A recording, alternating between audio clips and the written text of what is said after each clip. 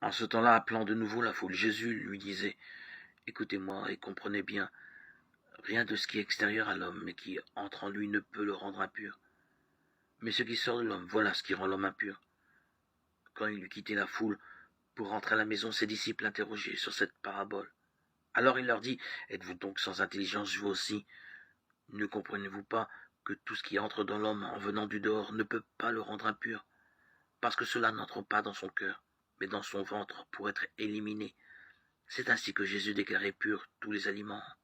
Il leur dit encore: Ce qui sort de l'homme, c'est cela qui le rend impur, car c'est du dedans du cœur de l'homme que sortent les pensées perverses, inconduite, vol, meurtre, adultère, cupidité, méchanceté, fraude, débauche, envie, diffamation, orgueil et démesure.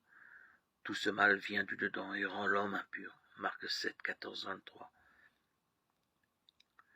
Les attaches de notre cœur à ce qui n'est pas Dieu nous éloignent des vraies valeurs de Jésus et de l'Évangile, et nous transforment en personnes rigides qui jugent les autres. Déjà, le prophète Ézéchiel parlait du changement d'un cœur de pierre en un cœur de chair.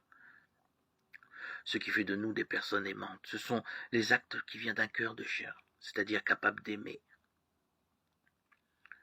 Les disciples habitués à la loi qui leur disait ce qui était pur et impur ne comprenaient pas. Ils ne comprenaient pas l'enseignement de Jésus qui demandait de ne pas obéir mécaniquement, mais avec un discernement en profondeur. Que celui qui a des oreilles pour entendre, entende. Éveillez votre ouïe, votre œil, vos sens intérieurs pour entendre, voir, comprendre et agir avec justesse.